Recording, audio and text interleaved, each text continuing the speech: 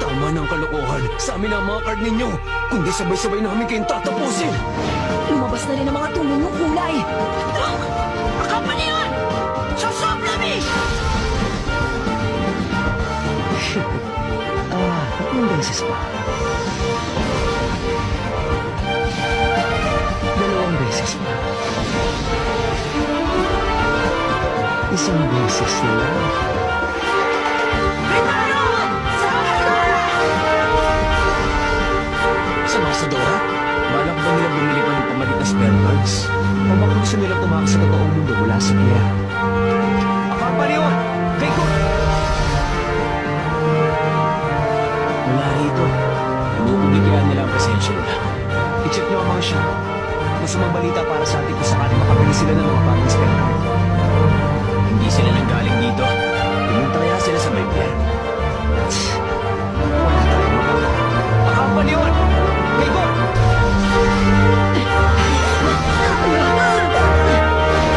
Huwag niyong mahayaan makawala. Wala na tayong kapalitan na natitira.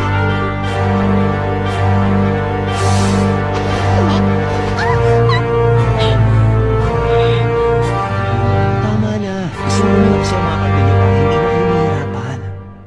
Hindi mangyayari yun! Hindi namin ibibigay sa'yo! Ayon sa plano, mukhang balak nga nila kaming labanan ng one-on-one. Kung gusto niyo makuha sa amin ng cards, talunin niyo muna kami! Uy, Gon! Nakakaasar.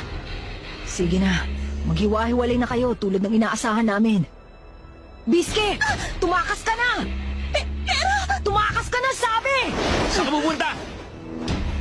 Oh, hindi ka makakatakas sa akin! Kaya nang bahala, Biscuit, kinuha! Saan ka nakatingin? Ako ang kalaban mo!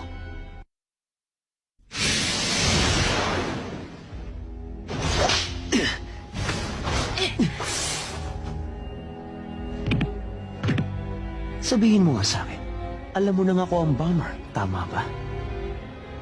Narinig ko kay Chusdera. Ganun? Pero, sino nagsabi sa'yo kung ano ang yan ability ko? Ang galing! Sa isang pagsangga ko lang, nalaman na niya kaagad kung anong iniiwasan ko. At bakit napakalaki ng agwat ng karanasan namin sa laban. Dahil napakakunti lang ang mga tao nakakaalam ng tunay na kapangyarihan ko at nananatili pa rin buhay hanggang ngayon.